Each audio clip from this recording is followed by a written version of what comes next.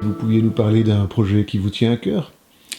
Oui, alors je peux vous parler de tout ce qui va concerner la mobilité, à la fois la mobilité en vélo et au niveau des piétons. Il semble essentiel dans le cadre de cette transition écologique qui est devenue indispensable de privilégier les déplacements en vélo. Il y a plusieurs avantages à ça. Il y a beaucoup d'améliorations qui sont envisageables au niveau de Saint-Marcelin. C'est déjà au départ le constat d'un réseau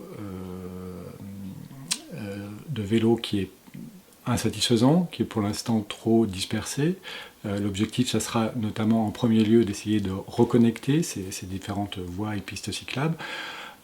L'idée, c'est d'essayer de mettre en place des itinéraires importants, tels que de relier les quartiers aux écoles, de relier les quartiers au cœur de ville, et donc apporter des améliorations pour surtout sécuriser les déplacements en vélo. On est nombreux par an à considérer que les déplacements en vélo sont dangereux. On n'est pas prêt du tout à laisser un enfant aller seul en vélo à l'école, donc il est évident qu'il y a des améliorations à apporter à ce niveau.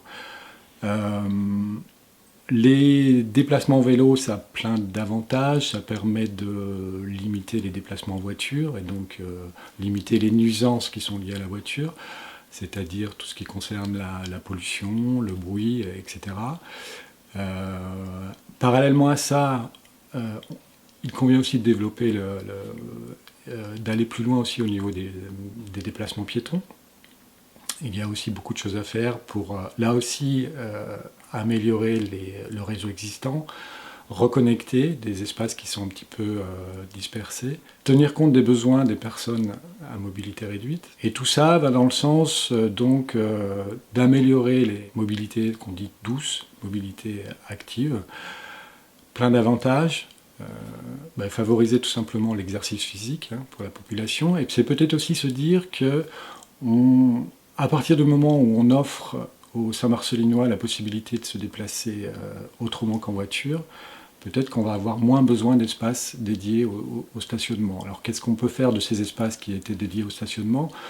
Peut-être qu'on peut l'utiliser pour d'autres choses, notamment la végétalisation. Et peut-être qu'aussi on peut les conserver et se dire que c'est des espaces de stationnement qui peuvent intéresser des personnes qui sont obligées d'utiliser la voiture, notamment les personnes qui habitent loin.